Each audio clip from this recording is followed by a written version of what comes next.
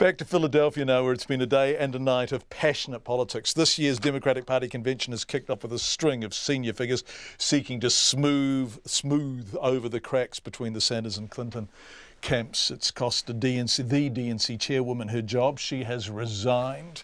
Today the factions came together to hear their leaders, including an impassioned First Lady, Michelle Obama. So in this election, we cannot sit back and hope that everything works out for the best. We cannot afford to be tired or frustrated or cynical. No, hear me. Between now and November, we need to do what we did 8 years ago and 4 years ago.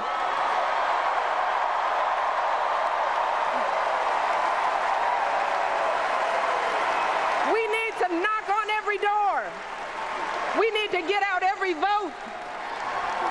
We need to pour every last ounce of our passion and our strength and our love for this country into electing Hillary Clinton as President of the United States of America.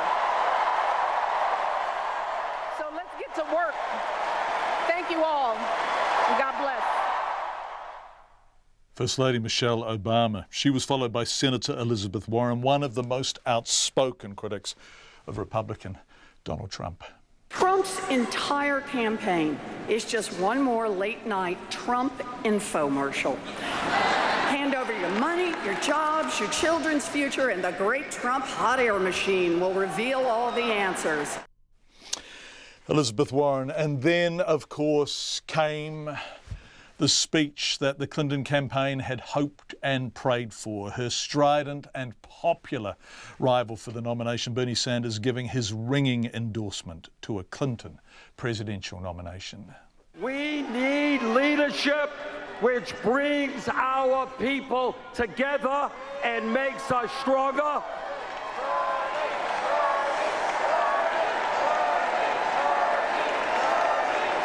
Not leadership which insults Latinos and Mexicans, insults Muslims and women, African Americans and veterans, and seeks to divide us up.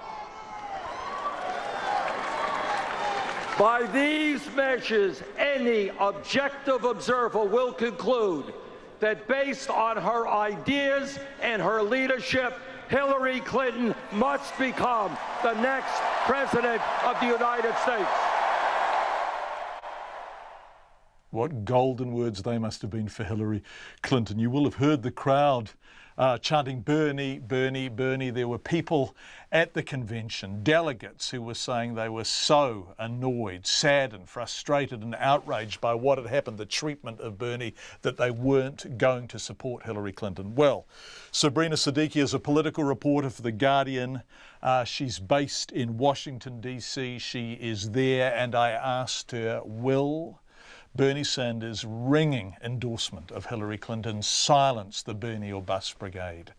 I think that the vast majority of Sanders supporters will rally behind Hillary Clinton, and polling has already shown evidence that that movement is already happening. How that's impacted by controversy over leaked emails from the DNC showing that party officials had a personal bias in favor of Clinton, we don't yet know. But the fact of the matter is that it's only about 1 in 5 Sanders supporters who say they won't vote for Hillary. And he really did just make the case tonight and say, listen, if you care about the issues that I have spent this entire primary talking about, and you understand the danger from the perspective of those issues of a Trump presidency, then you will support Secretary Clinton. Is it enough? We don't yet know, but I do think that there wasn't any more he could have done. And as you said, he did it very enthusiastically.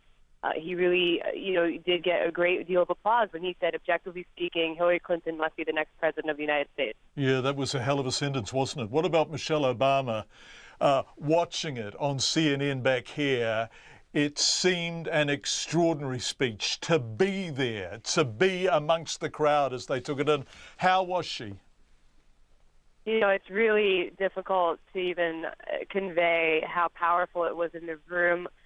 I watched the First Lady speak as well in 2012, in 2008, of course, before she was First Lady, when Barack Obama was accepting the nomination. Each time it seems that she gives a speech that was more memorable and better than the last. And this might be the sort of crowning jewel of those speeches, and that's not that's a tough feat because they've all been very memorable, and the crowd just loved it. She's extraordinarily popular among the vast majority of Americans, not just Democrats. Republicans do like her too, personally, and I think really her speaking as an African-American woman when she struck that chord and said, "My two intelligent, beautiful black daughters," what this has meant to them, not just having their father as the president, but also having Hillary Clinton being the potential first woman president of the United States.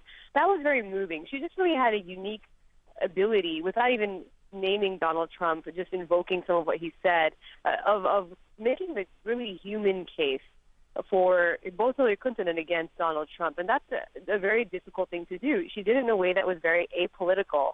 And that's one of the great gifts that she has. And I think that also makes her so appealing to people, is that she doesn't seem like she's going too far, stepping right into the sort of cynicism and the partisan bickering. She does it as a mom, as a wife, as a prominent woman who's very successful in her own right. And so I think people will be remembering that for a long time to come. It really was one of the speeches for the ages. Sabrina Siddiqui, you can find her excellent work from the convention on The Guardian's website.